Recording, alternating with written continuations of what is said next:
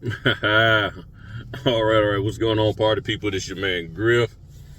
Oh man. Okay. It's a great comment that was given on my last video. Um, Great comment given on my last video, and the person asked, "What do I recommend that a new person do?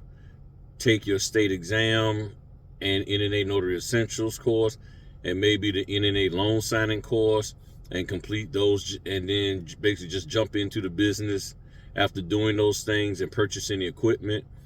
Is that the path most should take, and jump head first into the business after that?" um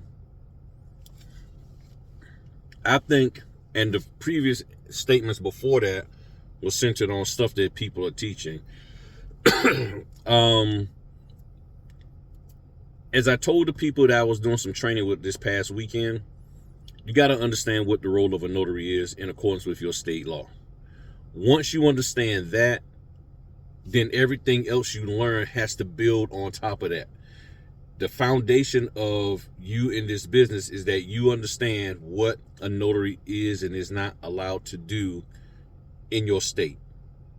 Once you understand that, everything else flows from there. So when you have companies asking you to do stuff that is outside the scope of what you're supposed to do as a notary, yes, you may get blacklisted from them because they want you to do such and such because they've convinced other notaries to do these things. They feel that because I'm paying you, you should do what the heck I tell you to do. But they fail to realize, or at least remember, that this is a contractor to contractor, business to business type of dealings. Those employees at the title company cannot dictate to you that you should be doing something that's going to violate your state law. And they should know not to do that. However, people do what they want to do. You see what I'm saying? So you got to stand and do what's right. Of course, you get your equipment and all that. Not every state has training. The Notary Essentials is good. The loan signing course, I don't know if that's good or not because I never took it. But I would assume that the loan signing course from the NNA is in the same line as everybody else. Hey, this is what you need to say. Point this out, point that out, explain this, explain that.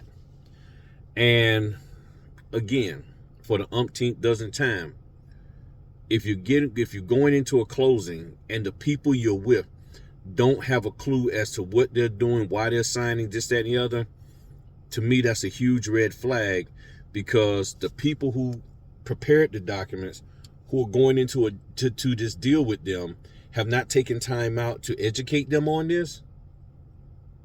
That doesn't make sense. And to date, no one has come out. All of these so-called trainers and stuff, I haven't heard any of them come and pull me to the side or even call me out publicly and say, "Nah, Griff, that is what we're supposed to do. That's definitive, and here's the proof that we have to do this." I understand it looks good. I understand it sounds good, smells good, tastes good, feel good when you put it on. I get that. But what doesn't feel good is when you're embarrassed by your state because you violated their state law and constitution that you rose your hand and swore an oath to. And I don't understand why people can't get that through their head. This business is simple enough that we don't have to try to impress anybody. You have somebody buying $1 million house, an $800,000 house, a $200,000 house. What more do you need to do to convince them? If you have to convince them to do the deal, then maybe the deal shouldn't be done in the first place. And why do you as an individual, regardless of your role in this here mortgage process, why do you want to be somebody who's convincing someone to do something that they're on the fence about? There's all kind of laws out there concerning mortgages where they're not, the loan officer, the title company, the brokers, the realtors are not supposed to be unduly influencing people to do something that they don't want to do. That's why they have the 3-day right to rescission in there for refinances, and that's why they give them the closing disclosure 3 days prior so they can look things over and decide whether or not they want to go with the deal. So if all of that's been done, then why is there still some question and some iffiness when they get with us? At that point in time, they should have all of that stuff solidified and the notary should just come in and get it done. And if we got to sit here and coax them and rub them down and all of that in order to get them to feel comfortable about doing something that they've been working on for the last 4 to 6 months, there's a bigger problem at hand. Huge problem if that's what we got to do. So going out and getting started in this business, learn your state laws. Understand what proper notarization is in accordance with your state law. Understand that if you have a notarial certificate that is printed on a document and it does not meet your state's requirements, you either can line through and initial and change the different elements if it's doable, because sometimes it's not. Based off how they formatted too tight, you can't really line through and initial certain things. Or better yet, just add a all-purpose acknowledgement or jurat, whichever one is appropriate, in place of the one that's pre-printed. If there's a document that does not have a notarial certificate after the signatures of the people you're meeting with, more than likely that's pretty much because they don't want that signature notarized. So if there's a document, like one of the documents that come off the top of my head is request to close line of credit. They sign it, that's it. Well, do I need to notarize this? Is there a notarial certificate on that one? No. Well, maybe I need to call them and ask them. If you understand mortgages, the documents they want notarized, they put notarial certificates on there. That's to make it simple and easy and take out the guesswork for the notaries. That's how it's laid out. Just checking my time. Oh, okay, I got a good time. So that's how it's laid out. And all this training out here, it seems like that aspect is never being taught to people. And you got folk out here believing that every time they see a piece of paper in a loan closing packet, they got to notarize a signature on there. They got to throw us an all-purpose acknowledgement or take this big old stamp and stamp it and put a jurat or an acknowledgement. Sometimes they doing both. In loan closing packets, if they wanted the signature notarized on that document, there will be a notarial certificate already pre-printed on there. And I will say that with 99% assurity, okay? Hope that's the right way I said it. I'm a 99% sure. Every now and then you might see an affidavit that does not have a notarial certificate on there. And we know that affidavits are sworn statements that you swear somebody in, and with sworn statements, there's a jurat or a statement of oath, depending on the state that you live in. I think Chicago has a different term for jurat or oath to affirmation, something to that effect. But whatever your state calls it, then you should know, okay, well, let me add that. Because if you know affidavits require some type of oath given and then a certificate to that effect, then you should call them. But if it's not an affidavit, if it's just consent to use borrower's tax returns, there's no notarizations on that. It's not. It's not. So if you understand all of that, then you can, jump head first into this business because you're focused on getting the notarial part done. There's going to always be people who want you to say more about the documents. I had a closing today. Wonderful senior citizen. Her friend was a senior citizen. Her friend came from Arlington, Virginia, down to Virginia Beach, the realtor, to sit in the closing. You hear what I'm saying? I'm here in Virginia Beach. The lady went from Arlington, Virginia. Look it up, see how the distance. Arlington, Virginia, down here. That's probably maybe a 3 hour drive, depending on what part of Arlington you're coming out of. And the first thing that the lady said when her friend, when the buyer of the house started asking questions, she said, "Oh no, he's just here to verify your identity. He can't answer any questions." And the title company had already told them that if there's any questions that come up, the title person that they're working with said, I'm on standby, so just call me. They told them, don't ask the notary anything. Don't ask the notary anything. And the reason why, because see, there are some title companies out here, they know that if the notary says the wrong thing, it can kill the deal. So they want to be responsible for making sure that that signer knows what's going on, because they're the ones who've been working on this deal. It doesn't make sense for a title company or a loan officer to work on a deal for all of this time. I think the house was like $800,000.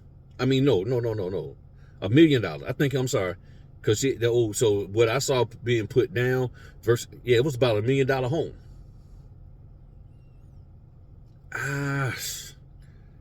I think the loan officers are going to want to make sure everything is square. I think the title people are going to want to answer questions and don't want to leave that to the notary, because they don't know how much experience we have. They just know, here's this notary that's supposed to notarize signatures, and now, notary, explain everything to them and make sure they understand we have no clue, no visibility on any of that stuff prior to meeting with them. I got the documents. Oh, that was the one, but after that. I got the documents ahead of time for that one, but I hadn't had time to look through them. That's how it can be sometimes. So you can hop out here and just take it head on, because if you just stick with the basics of what you're supposed to do, and everybody keep thinking that you're supposed to know the basics of, like one of my other good members, Donna, said that somebody was telling her they need to know, they expect notaries to know the basics of the altar. Why do we need to know the altar when we didn't put it together? We're not the loan officer. We're not the title people. Well, you need to be able to explain it to them. Okay, why can't somebody have a conversation with them ahead of time so that when they get there with the notary, they can get the stuff done? And that's not even a document that needs to be notarized. You see what I'm saying? I mean, that's the question that I need to know. My question is, that's the answer the question I need an answer to. Why is it so imperative? And what does it do for the closing process that the notary is able to sit here and explain and or guide somebody to everything that the person that I'm sitting with has no clue, has no idea what their interest rate is, what their monthly payment is, when their monthly payment is going to be. Don't know what money was put down. They don't know anything. And then when they get with me, someone who they have never spoken to throughout the whole process of them buying, selling, or refinancing, I'm supposed to be able to just tell them and answer everything that they need, guide them through everything that they need in order to ensure and give them comfortability to doing this deal, when I'm supposed to be an impartial witness, meaning I have no say so. I'm not supposed to influence one way or the other. I don't think I want to do this, notary. I'm not sure about this. Why? The moment I start asking why, now I'm inserting myself into trying to help them stop wrestling with themselves and sign these papers. Because anything that I say is not to like, okay, well, it's in support of them not doing it. No, it's in support of them doing it. No, I need you to do this. I'm turning into the person who's there to make sure you do it. When did that become the notary's job? And I know there are a lot of signing company owners. They look at my channel. There's a lot of people who run to signing company people and trainers, and then they like, yeah, that guy. I'm willing to get up here and allow anybody to articulate to me where it says I'm supposed to do all of this stuff that is, and that it's legal. That I'm in a legal position to do all of the stuff that they say they want notaries to do. I'm willing. I was able to get out here and do this business because I stuck to the basics of what I'm supposed to do in accordance with my state guidelines. There's nothing in my notary handbook for my state that tells me my job is to go over and break down documents. It says if I'm not duly qualified and trained, I cannot help somebody understand, prepare, craft or anything, a document that requires a notarial act, or a transaction that requires a notarial act. That's what my state law says, and I've done videos about that. Go look at your own state law. I know most definitely Texas says that, or something to that effect. So this is going to be the age-old fight with notaries, because it's always somebody who think if I do a little extra, I'll get more money. But my question is, has it gotten you more money? Has notarizing for weed, has all the apostille training, has all the estate planning training, has all of the automation stuff they're telling you to do, are you making money? Is it helping? Please tell me in the comment section. Because if you're making money, cool, great. But I'm not hearing that people are really making money. People are still struggling to get work consistently in the non-mortgage areas. I'm not hearing anybody coming out here putting out videos like, yeah, I took the apostille and I'm just making bank. Most people who are doing apostille or started making money doing apostille, they all switched over to doing training. I'm not saying there's anything wrong with that, but that's what I see them doing. But I'm not hearing their proteges coming out and saying, oh, I'm making $6,000-$7,000 a month doing nothing but apostille. I'm making $6,000-$7,000 a month notarizing for weed. I'm doing $6,000-$7,000 a month doing, estate planning. I'm not hearing that at all. I'm not trying to be funny. I'm not hearing that. So check my time. Okay. Let me go in here and get me a table. Got to meet them at the library, do this loan modification. So that's all I'm saying. You want to get started in this business, go ahead on, do what you got to do. My man, working hard. They out here doing some workout stuff. You're looking good. But if you want to get started, just get started. Stop trying to be perfect. Just make sure you do your notarial stuff correctly and everything will be fine.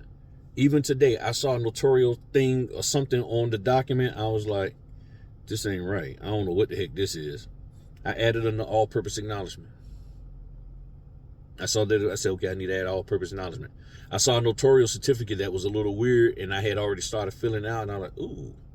I called the company up and said, hey, what needs to be done here? How does this? They're like, well, we think it's this, but go ahead on and do this here, and you should be good. So I had to ask them and they were like, yeah, we think this is what it is. And they said, well, can you do an all-purpose acknowledgement for that one in case it's incorrect and they wanted something else? So I grabbed the NNA, all-purpose acknowledgement, and I put in there at the bottom what it's for. And I guarantee somebody go, you shouldn't have did that, Griff. No. Now, I guess I didn't call the notary police on me. But I was like, okay. I said, yeah. It's not a notarial certificate that can be added onto anything else. Because I filled out the optional area. See, y'all keep doing those notarial certificates that has nothing on it, and you can just take it and just do whatever. But it's for this document with this date, with these number of pages. It can't be added to anything else. So I'm making sure that the notarial part is correct. Are you? Are they? That's really what it's all about. So give me your thoughts. I already know what somebody going to fuss about. That last part I just said. Somebody going to. And if you do, not a problem. Drop some proof. Drop some evidence. Okay? Drop some evidence. That's all I ask. Okay? All right. Let me get on in here and get me a table so I can get these people taken care of with this loan modification. Loan mods are great to do because you're helping somebody keep their home. Just keep that in mind. So stop whining about them. Stop trying to get $400 to do them. Do them because you're helping somebody to keep their home, which helps the mortgage industry, which helps the economy out, because you got somebody paying into the mortgage system, paying their bills, paying their mortgage, all of that stuff. So that's where we at. All right. Talk to y'all later. Peace.